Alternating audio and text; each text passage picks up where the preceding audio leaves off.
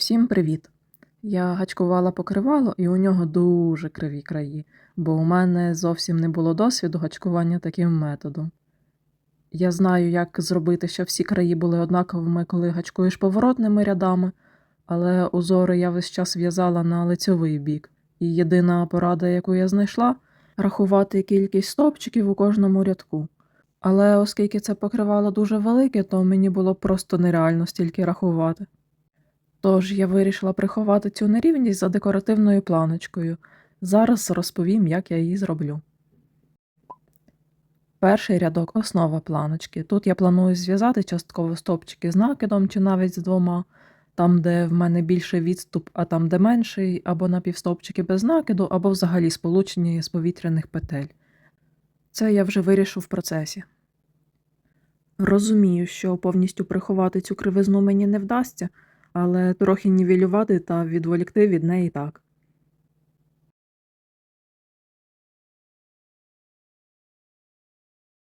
Я закінчила гачкувати перший рядок, перевертаю покривало на інший бік та починаю другий рядок. Його я гачкуватиму цією ж ниткою, але тільки за задню стінку петельки. Це потрібно, щоб потім цей рядок було простіше підгорнути. Цей ряд повністю гачкую стовпчиками з двома накидами.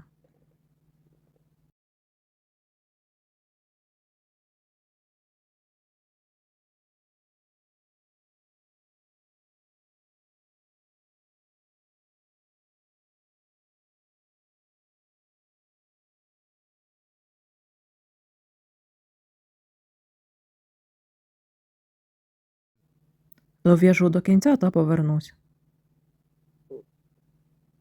Другий рядок готовий. Виходить така планочка, яку я підгорну на лицьовий бік покривала. Тепер цю планочку потрібно прикріпити до основи. Знову в'язатиму тільки за одну половинку петельки, за ту, що ближче до основи. Тут у мене трохи інтриги, бо цієї нитки лишилось мало, але треба використати саме її, бо це вже друга планочка. Перекидаю нитку на зворотній бік, завожу гачок у першу петельку та вивожу за основу покривала на зворотній бік та чіпляю робочу нитку. Протягаю та пров'язую повітряну петлю. І таким чином гачкую до кінця ряду.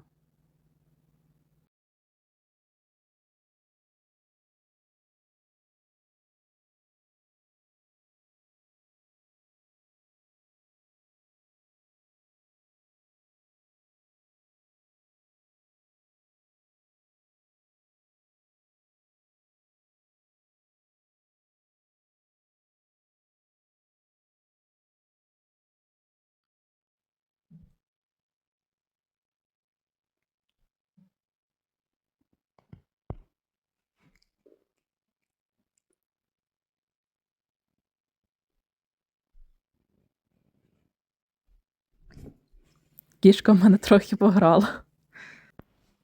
Уявляєте, мені не вистачить зовсім трішки. Ось стільки залишилось, і в мене такий шматочок ниточки.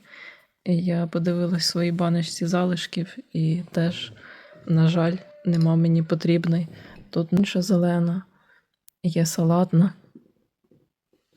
Ось така. Таких зелених 2 шматочка. А вони трошки відрізняються. О, але нема такої, як мені потрібно. Як так? Напевно, дов'яжу цією, вона найбільше схожа, ось так, якщо дивитись. Ну, вона зовсім не схожа, ладно. Але просто потрібно чимось дов'язати. Мені не вистачило нитки буквально на 6 стіпків.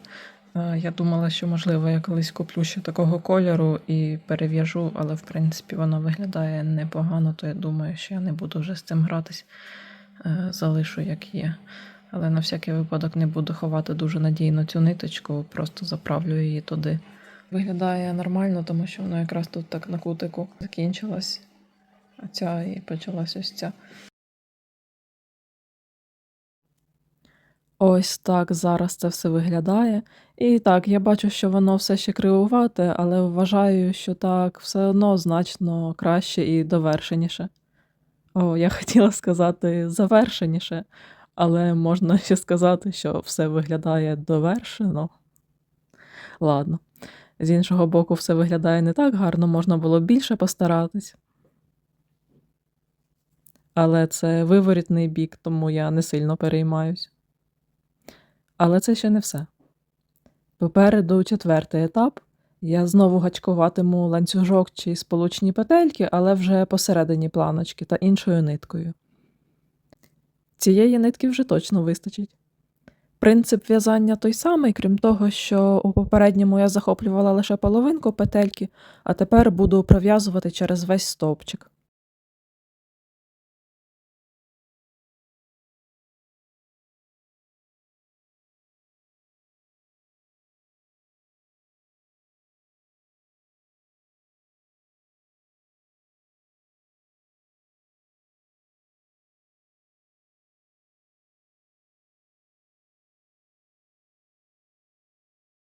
І таким чином також йду до кінця рядочка.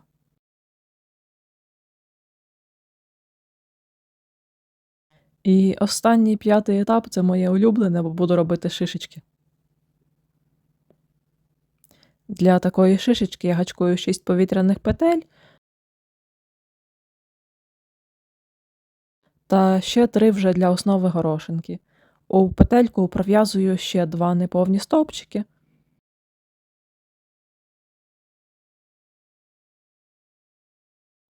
Закриваю стовпчики та гачкую 3 петельки для підйому. Та ще 2 неповні стовпчики.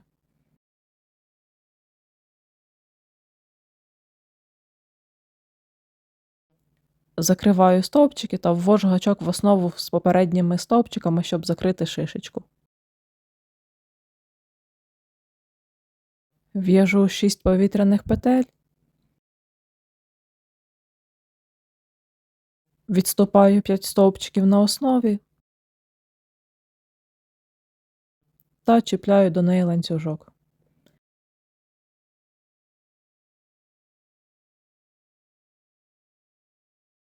І така горошинка на ланцюжку у мене виходить.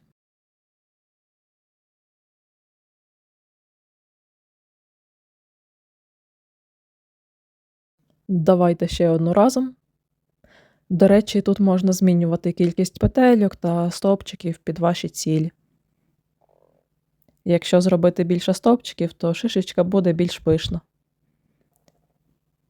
Можна варіювати, робити довший ланцюжок, коротший або зовсім без ланцюжка.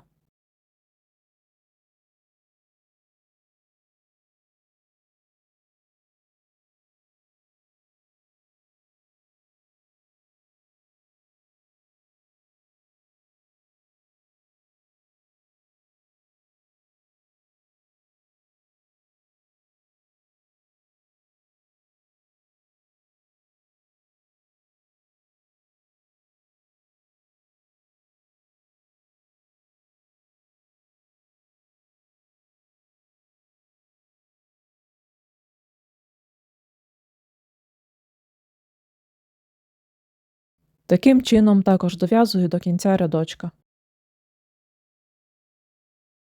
І ось така чарівна планочка у мене вийшла.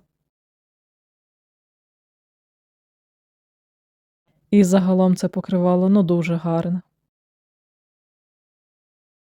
До речі, це одна з найбільших прикростей, тут різні відтінки однієї нитки. В житті цієї різниці майже не помітно, а на камері дуже. Я так її помітила, коли вже знімала закінчений узор. Дуже прикро, що це випало саме на центральний. Я ще коли востаннє заходила докуповувати нитки, бо ще трохи не вистачило, бачила, що у магазині одночасно продаються обидва відтінки. Тому краще перевіряти з камерою прямо в магазині перед покупкою, щоб уникнути таких прикростей. Не знаю, чи хтось буде так гратись і витрачати купу ниток на таку планочку, але я зробила, мені сподобалось та захотілося поділитись з вами. Розглядайте це як варіант ідеї, яку можна змінювати під свої потреби та цілі. Дякую всім, хто додивився до цього моменту. Бережіть себе, підтримуйте Збройні Сили України та почуємось у новому відео. Ух!